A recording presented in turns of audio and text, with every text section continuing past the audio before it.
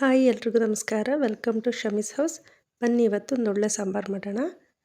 ಇವಾಗ ಫಸ್ಟು ಒಂದು ಕುಕ್ಕರ್ಗೆ ಸ್ವಲ್ಪ ಎಣ್ಣೆ ಹಾಕೋಣ. ಎಣ್ಣೆ ಸ್ವಲ್ಪ ಬಿಸಿ ಆದಮೇಲೆ ಈಗ ನಾನಿಲ್ಲಿ ಶುಂಠಿ, ಬೆಳ್ಳುಳ್ಳಿ, ಹಸಿಮೆಣಸಿನ್ಕಾಯಿ, 1 ಈರುಳ್ಳಿ, 3 ಟೊಮೆಟೊನ ಹಚ್ಚಿಟ್ಕೊಂಡಿದ್ದೀನಿ. ಈಗ ಅದಕ್ಕೆ ಹಾಕೋಣ. ಇದು ಸ್ವಲ್ಪ ಎಣ್ಣೆಯಲ್ಲಿ ಬಾಡಿದ್ಮೇಲೆ ಈರುಳ್ಳಿ ಹಾಕೋಣ. ಈಗ ಈರುಳ್ಳಿ ಸ್ವಲ್ಪ ಎಣ್ಣೆಯಲ್ಲಿ ಬಾಡಲಿ ಸ್ವಲ್ಪ. ಆಮೇಲೆ ಇದಕ್ಕೆ ಟೊಮೆಟೊ ಹಾಕೋಣ. ಎಲ್ಲ ಚೆನ್ನಾಗಿ ಮಿಕ್ಸ್ ಮಾಡಿ.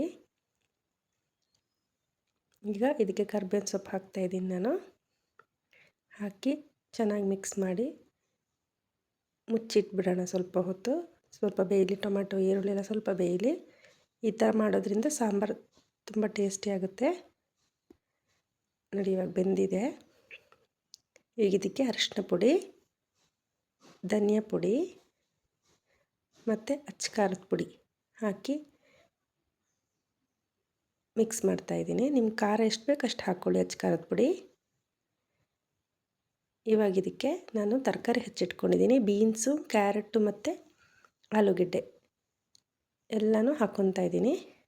ಎಲ್ಲ ಹಾಕಬೇಕು ಅಂತೇನಿಲ್ಲ, ಆಲೂಗೆಡ್ಡೆ ಮಾತ್ರ ಇದ್ರೂ ಈ ಸಾಂಬಾರು ಮಾಡ್ಬೋದು, ಚೆನ್ನಾಗಿರುತ್ತೆ. ಈಗ ಇದಕ್ಕೆ ಬೇಳೆನ ತೊಳೆದಿಟ್ಕೊಂಡಿದ್ದೀನಿ, ಅದನ್ನು ಹಾಕ್ತಾಯಿದ್ದೀನಿ ನಾನಿವಾಗ. ಇದನ್ನು ಹಾಕಿ ಚೆಂದ ಮಿಕ್ಸ್ ಮಾಡಿ ನೀರು ಹಾಕ್ಕೊಳ್ಳೋಣ. ಇವಾಗ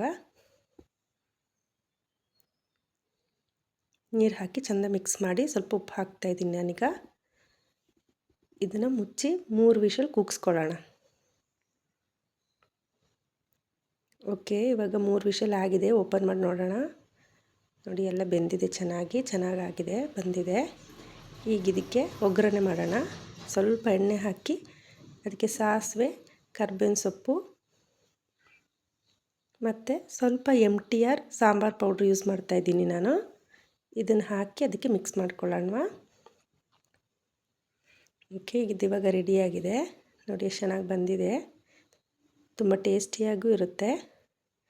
ಇದು ಬಿಸಿ ಬಿಸಿ ರೈಸಿಗೆ ತುಂಬಾ ಟೇಸ್ಟಿಯಾಗಿರುತ್ತೆ ಊಟ ಮಾಡಲಿಕ್ಕೆ.